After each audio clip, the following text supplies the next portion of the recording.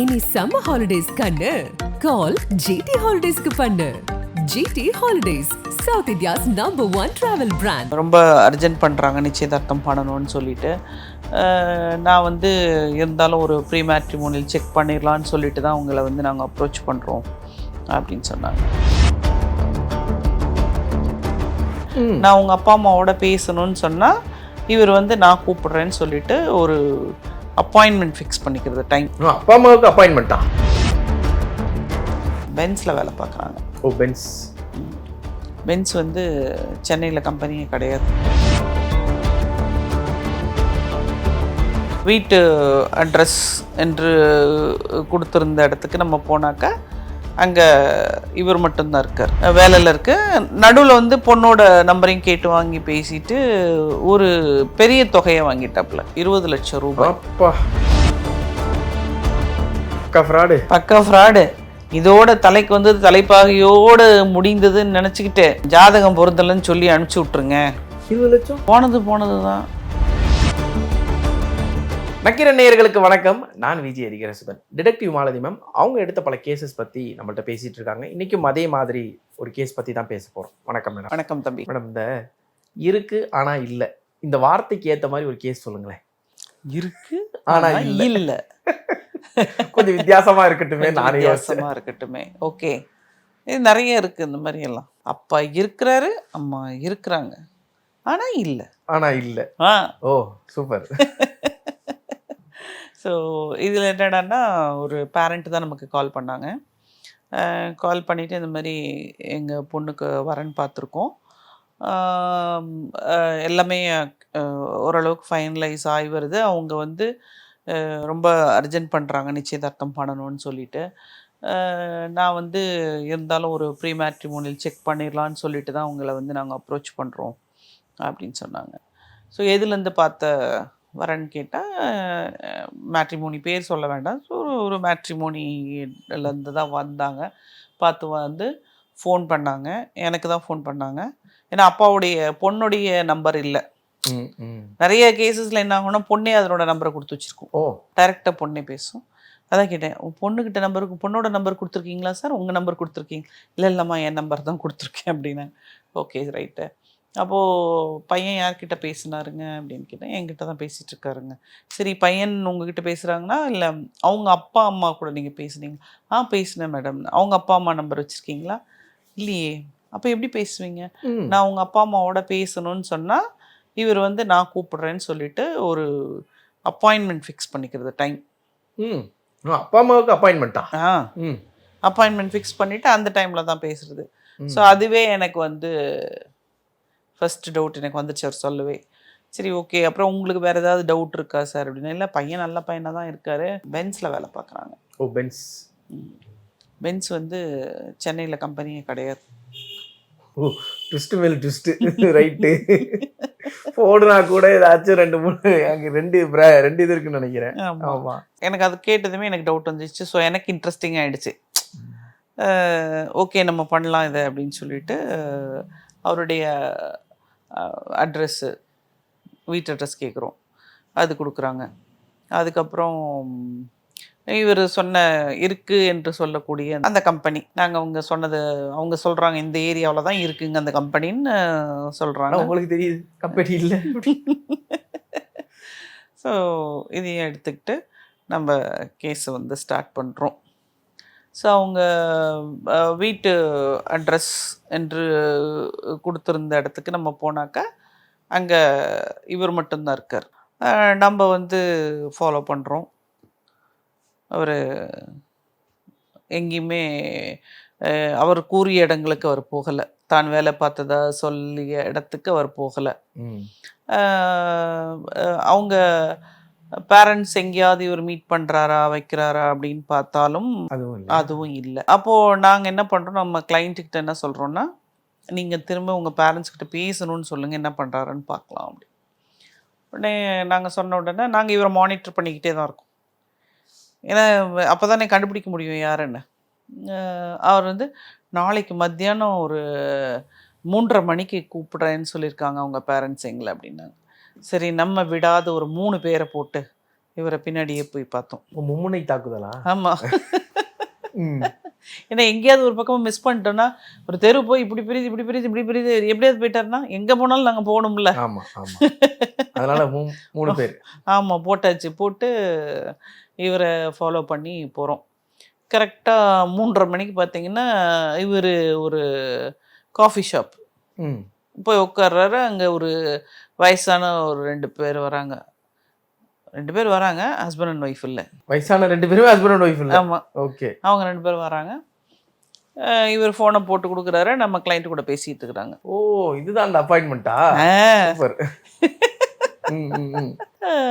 வந்து 2 பேரும் அவங்க பேசி முடிச்சுட்டு அவங்க டாக்ஸ் முடிச்சுட்டு அவங்க என்ன பேசுகிறாங்க என்ன பேசுகிறாங்க நம்ம கேட்க முடியல, ஏன்னா நம்ம கொஞ்சம் தூரத்தில் இருக்கிறோம். ஸோ நம்ம கிளைண்ட்டிகிட்ட கேட்டு தெரிஞ்சுக்கலாம். அதுக்கப்புறம் இவங்க பேசிட்டு 2 பேரும் வேறு இது கால் டாக்ஸி புக் பண்ணி போகிறாங்க. சூப்பர். அங்கே தான் நீங்கள் முடிவு பண்ணுறீங்க இவங்க வந்து ஹஸ்பண்ட் அண்ட் ஒய்ஃப் கிடையாது. அதுக்கப்புறம் நம்ம ஆளுங்க வந்து இது நம்ம மும்முனை தாக்குதல் கரெக்டாக இருக்குங்களா? கரெக்டு. இப்போ ஒரு ஆள் அம்மாவை, ஒரு ஆள் அப்பாவை, அம்மா என்கின்ற அம்மாவையும் அப்பா என்கின்ற அப்பாவையும் ஃபாலோ பண்ணிட்டு ஓகே. ஆமாம் போய் அவங்க பார்த்தா அவங்க வெவ்வேறு இடத்துல இருக்கிறாங்க அப்படிங்கிறத நம்ம கண்டுபிடிச்சிட்டோம். அவங்க இந்த மாதிரி வாடகைக்கு வரக்கூடிய ஆட்கள் அவங்க. அப்பா அம்மாவே வாடகை எடுக்கலாம். நிறைய படங்கள்ல தானே. ஆமாம், படங்கள்ல நான் பார்த்துருக்கோம். அது மாதிரி இவங்க வந்து பேசுறாங்க இவங்களோட. ஓகே. ஸோ பேசி இந்த இதில் என்னன்னா பொண்ணு வந்து நல்ல வருமானம் வேலையில் இருக்கு. நடுவில் வந்து பொண்ணோட நம்பரையும் கேட்டு வாங்கி பேசிட்டு ஒரு பெரிய தொகையை வாங்கிட்டாப்புல. அதை வந்து இந்த பிள்ளை வந்து கரெக்டாக நாங்கள் இந்த மும்முனை தாக்குதல் நடத்திக்கிட்டு இருக்கிறது கொஞ்ச நேரத்துக்கு முன்னாடி தான் அந்த தகவல் எங்களுக்கு வருது. சத்திய சோதனை. ஆமாம். எதுக்கு வந்து ஒரு பையன் வந்து இவ்வளோ பணத்தை வந்து வாங்கணும்? வந்து பார்த்தீங்கன்னா ஒரு 20 லட்சம் ரூபாய். அப்பா, கல்யாண செலவை நானே ஏற்றுக்கிறேன்னு சொல்லிட்டு அந்த முட்டை வாங்கி. ஸோ அந்த அமௌண்ட் அவர் வாங்கினதுக்கப்புறம் நாங்கள் உடனே சொல்லிட்டோம், பாருங்க இதுக்கு மேலே நான் ஃபாலோ பண்ண வேண்டிய அவசியமே இல்லை. பக்கா ஃப்ராடு. இதோட தலைக்கு வந்து தலைப்பாகையோடு முடிந்ததுன்னு நினச்சிக்கிட்டு முதல்ல இதோட கட் பண்ணி விட்டு ஜாதகம் பொருந்தலன்னு சொல்லி அனுப்பிச்சி விட்ருங்க. 20 லட்சம் போனது தான். போலீஸ் கம்ப்ளைண்ட்டும் கொடுக்க முடியாது. எப்படி கொடுப்பீங்க? பொண்ணுக்கு வாழ்க்கை இருக்குது, கொடுக்கணும்னு நினச்சா கொடுக்கலாம். அதுக்கப்புறம் இந்த பிள்ளைய கல்யாணம் பண்ணிக்க யாராவது வருவாங்களா அப்படிங்கிற ஒரு பயம் நடக்கும் இந்த காலத்தில். அதுக்கான வாய்ப்பு சாத்தியக்கூறு நிறைய இருக்கு. இருந்தாலும் அவங்களுக்கு ஒரு பயம். அதனால தான் நான் இப்போ என்ன சொல்கிறேன்னா, ஒரு மேட்ரிமோனி தகவல் மையத்தில் இவங்களுடைய blood test, HIV test, genetic test. போன எபிசோட்ல ஒரு ஆப்ஷன், இந்த ஒரு எபிசோட்ல இன்னொரு ஆப்ஷன். ஆமாம், ஓகே, ஆட் ஆகிட்டே போகுது. அவங்க டெவலப்பிங் டீம், மேட்ரிமோனியோட டெவலப்பிங் டீமுக்கு நீங்க ஐடியா நான் ஃப்ரீயா கொடுத்துக்கிட்டு இருக்கிறேன். ஐடியாவை சார்ஜ் பண்றதுலப்பா. ஓகே. ஸோ ஜெனட்டிக்கல் டெஸ்ட், அவங்க குடும்பத்தில் ஏதாவது ஜெனட்டிக்கல் டிஸார்டரில் குழந்தை பிறந்திருக்கா? ஏன்னா இந்த ஜெனட்டிக்கல் டிஸார்டரில் குழந்தை பிறந்தது அப்படின்னா என்ன பண்ணிடுறாங்க, என்னமோ பெற்றதுக்காக அம்மா தான் அந்த பிள்ளைய பார்த்துக்கணுன்னுட்டு விட்டுட்டு போயிடுறாங்க. நான் இதுக்கு முன்னாடி கூட ஒரு கேஸ் சொல்லியிருப்பேன்னு நினைக்கிறேன். 2 குழந்தைகள் ஜெனட்டிக்கலி டிஸார்டரு. அம்மா வந்து யூஎஸில் தான் இந்த 2 குழந்தையுமே பிறக்குது. அம்மா அப்பாவும் அங்கே தான் இருக்கிறாங்க. திடீர்னு ஒரு நாள் அப்பாவை காணோம். பார்த்தீங்கன்னா அவர் பாஸ்போர்ட்டை தூக்கிட்டு இந்தியா வந்து அவர் பாட்டுக்கும் இங்கே வேறு கல்யாணம் பண்ணிக்கிட்டாரு. இந்த அம்மா 2 குழந்தைய வச்சுக்கிட்டு இருக்கணும். அந்த மாதிரியான ஒரு விஷயங்கள் வந்து நடந்துக்கிட்டு இருக்குது. ஏன் இந்த அம்மா மட்டும்தான் பொறுப்பு அந்த குழந்தைகளுக்கு? கரெக்ட். அந்த அம்மா வந்து அதனோட லைஃபையே அவங்களுக்காக அர்ப்பணிச்சிருச்சு. அவ்வளோதான். அது வந்து எங்ககிட்ட சொன்ன கடைசி வார்த்தை, அவர் கொடுக்கலனாலும் ஏதோ நான் பண்ணி நான் என் பிள்ளைகளை நான் காப்பாற்றுவேன் அப்படின்னு அவங்க முடிச்சிட்டாங்க. ஆனால் நான் என்ன சொல்கிறேன், ஜெனட்டிக்கலி டிஸார்டர் குழந்தைகள் இருந்ததுன்னா அது அதனுடைய பொறுப்பு தகப்பனுக்கும் இருக்குல்லவா, உங்கள்கிட்ட இருந்து தானே அவங்க வராங்க. ஸோ அதனால இந்த மாதிரி டெஸ்ட் எல்லாம் முன்னாடியே எடுத்துருங்கன்றேன். ஓகே. அப்புறம் குழந்தையே பிறக்கல அப்படின்னுட்டு டிவோர்ஸ் கேட்பாங்க. அப்போ வந்து அப்படியும் டிவோர்ஸ்லாம் வாங்கியிருக்காங்கன்னு நினைக்கிறேன். இப்போ வந்து யார் மேலே தப்பு இருக்குன்னு கண்டுபிடிக்கிறதுக்கான டெஸ்ட்டும் வந்துருச்சு. நான் என்ன சொல்கிறேன், இந்த எல்லா டெஸ்ட்டையும் மேண்டேட்டரி ஆக்குங்கன்றேன். மேண்டேட்ரி ஆக்கி இது ஒரு கல்யாணம் பண்ணணும்னா ரெஜிஸ்டர் ஆஃபீஸில் போய் நீங்கள் ரெஜிஸ்ட்ரேஷன் பண்ணும்போது டாக்குமெண்ட்ஸ் கேட்குறீங்கல்ல, அந்த டாக்குமெண்ட்ஸோட இதையும் சேர்த்து ப்ரொடியூஸ் பண்ணுங்கன்னு சொல்கிறேன். பல பேருக்கு அதிர ஆரம்பிச்சிருக்க அடிவை. என்னன்னா அது இவ்வளோ பேர் சொல்கிறாங்களே, இனிமேல் இதெல்லாம் நடந்துருமோ அப்படி இல்லை வரணும். அப்பதான் வந்து இந்த டிவோர்ஸ் கேசஸ் இப்போ கோர்ட்டில் வந்து ஜட்ஜஸாவது கொஞ்சம் ஃப்ரீயாக இருப்பாங்க. என்னென்னமோ விதத்துக்கு கோர்ட்டில் போய் சின்ன சின்ன விஷயத்துக்காகலாம் வந்து அருவாமனை வாங்கி தரவில்லை என்று டைவர்ஸ் கேட்டு வாங்கியிருக்காங்க. அது பரவாயில்ல, பேஸ்ட்டை ஒழுங்கா அவருக்கு யூஸ் பண்ண தெரியலன்னா டைவர்ஸ் கேட்ட கதெல்லாம் இருக்கு மேடம். நீங்க என்ன இதை சொல்றீங்க? ஆக மொத்தம் நீங்க எப்படியோ கண்டுபிடிச்சிட்டீங்க. அவங்க அம்மா அப்பா சொன்னது என்ன? அந்த பொண்ணை கூப்பிட்டு பேசுனீங்களா? அதுக்கு பொண்ணை கூப்பிட்டு நம்ம பேசல. ஏன்னா அப்பா வந்து இது பக்கா ஃப்ராடுன்னு தெரிஞ்சதுக்கப்புறம் பொண்ணுங்களாம் இப்போ நல்லா ஷ்ரூடாக தான் இருக்காங்க. அவங்க ஒரு விஷயத்த தெரிஞ்சதுக்கப்புறம் பொண்ணுங்க வந்து ஈஸியாக இருக்காங்க. முன்னெல்லாம் வந்து உலகமே அதாவது லவ் பண்ணிட்டாக்க படிக்க மாட்டாங்க, உலகமே இது பிரித்து விட்டாக்க உலகமே அப்படியே மெய்மறந்த நிலையில இருப்பாங்க. இன்னைக்கெல்லாம் வந்து ஓ இதுதான் ஃபேக்டா, இதனால தான் நான் சரி ரைட் ஓகே அக்செப்ட் இட் அப்படிங்கிற அளவுக்கு போயிட்டாங்க இப்போ. ஸோ அந்த பக்கம் வந்து பெண்களுக்கு இப்போ வந்துருச்சு. ஓகே, நான் என்ன சொல்கிறேன்னா ஏன் இந்த காம்ப்ளிகேஷன்ஸ், ஏன் எல்லாருமே ஓப்பன் புக்காக இருங்கன்னு சொல்கிறேன். எனக்கு இந்த ப்ராப்ளம் இருக்குது, இந்த ப்ராப்ளத்தோட நீ கல்யாணம் பண்ணிக்கிறியா ஓகே. அப்படியே கல்யாணம் பண்ணிட்டு போகிறவங்க பொண்ணுங்க இருக்காங்கல்ல. ஏதோ ஒரு படம் ஒன்று இருக்கே நம்ம விக்ரம் நடிச்சது, கிருஷ்ணா, அந்த தெய்வ திருமகள் அதில் அந்த பொண்ணை அவரை கல்யாணம் பண்ணிட்டு போகலையா? ஆனால் அந்த பொண்ணை கடைசி வரைக்கும் காட்ட மாட்டாங்க, அது வேற விஷயம். ஆமாம், இருந்தாலும் அது ஒரு விஷயமா எடுத்துக்கொள்ளப்படுகிறது. இல்லை நிறைய இடத்துல நடந்திருக்கு. நான் வந்து நிறைய இடத்துல நானே இந்த மாதிரி மேரேஜஸ் விட்னஸ் பண்ணியிருக்கேன். ஒரு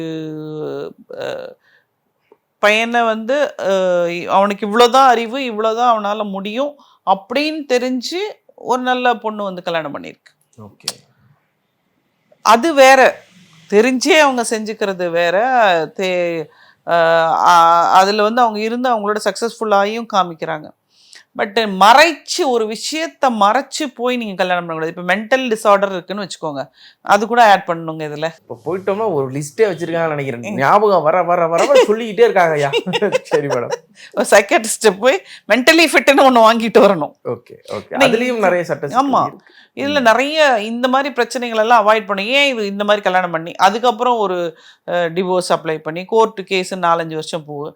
4-5 வருஷம் போனால் பரவாயில்ல, ஒரு சிலதெல்லாம் 10-15 வருஷம் போய் இவங்க கலவையே ஆயிடுவாங்க. ஆமாம், அதெல்லாம் வேணாங்கிறேன் நான். எல்லாத்துக்கும் மேட்ரிமோனியில் ஒரு சரியான இந்த சொன்ன விஷயம் எல்லாம் வைக்கணுங்கிறதா இவங்களோட முக்கிய கோரிக்கை. ஆமா, ப்ளீஸ் ஆல் மேட்ரிமோனி சேனல்ஸ்க்கு நீங்களே அனுப்பிச்சிருங்க. பார்த்து அவங்களே தெரிஞ்சுக்கிட்டு எதுக்கு நம்ம ரிஸ்க் எடுத்துக்கிட்டு. ஓகே மேடம், மொத்தத்தில் ஒரு ஃபேமிலி நல்ல வேலை தப்பிச்சிருச்சு அப்படின்னு தான் சொல்லலாம். 20 லட்சம் போனால் போட்டோம் அப்படிங்கிற ஒரு தடவை இந்த கேஸை முடிக்கும். நன்றி மேடம். நன்றி. நக்கீரன் டிவிக்கு சப்ஸ்கிரைப் செய்யுங்கள். உங்கள் ஆதரவே எங்கள் பலம். ஆசிரியர்களுக்கு நண்பனாகவும் மாணவர்களுக்கு ஆசானாகவும் திகழும் தேர்வு வழிகாட்டி.